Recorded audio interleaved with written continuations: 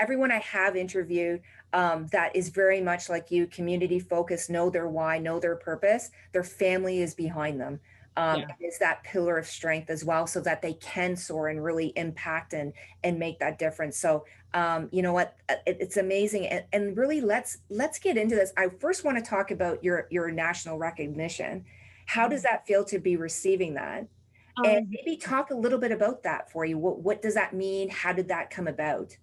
so I mean, I was kind of blown away when they sent the email that I'd been, nominated. And nomination's one thing. I don't even know who nominated me at this point. But it came from the community. And then when they say that I would be recognized, Yeah. I thought, wow.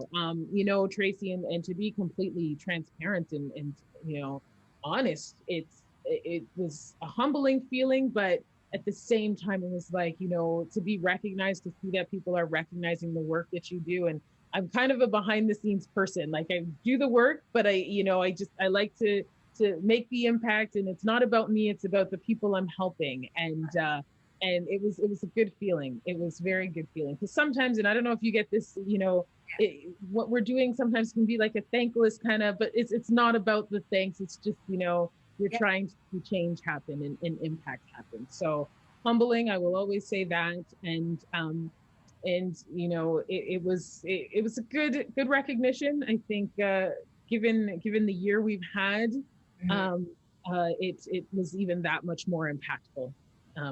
When we think Oh, about absolutely. recognition. Yeah, yeah, Yes. absolutely. And very commendable. And like you said too, when you're working with people in community, it's the people first, and we tend to ourselves end up becoming second. So it's nice to have that recognition and acknowledgement and know that you're really making that impact. And do you find that too? It just drives your passion for your purpose even that much stronger, right? Um, Absolutely. There's no going back from that. It's yeah, you gotta continue and I guess, stay focused, right? And that's oh, that's what yeah. it's about for me. Staying focused and using my voice, my presence to have impact, continue to do that. Let's talk about like the college and that. When do you think that you'll go back to in class? Uh, I pretty sure, President Tibbetts was pretty on the ball when all of this kind of started, when COVID and the pandemic hit, to really send clear messaging to kind of not really expect to be back until 2022. For yeah, some programs they have to be, partly on campus, but yeah. because I'm in the School of Business, it's a lot of theory, and we recognize that we'll probably be one of the last to really go back full time in the classroom, Yeah, just the nature of what we are teaching. yeah. So, how are you finding that transition? Are you finding it's been hard to adjust to it, or are you getting used to it now?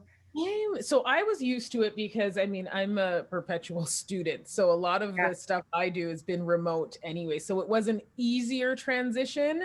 But I was very conscious of my students and having to be, some of them are taking 5, 6, 7 courses, being online, what that does, plus the external factors, right? It's one thing when you yeah, have students in the classroom, but these are adults, they may have kids, yeah. they're homeschooling. Very true. Um, who knows what else is happening? Is the home environment a safe learning environment, right? Whereas, for some, being at school is safe. So I'm very conscious of that and how much time they spend online. I think the key was being very flexible and saying, listen, I'm going to have you on for an hour.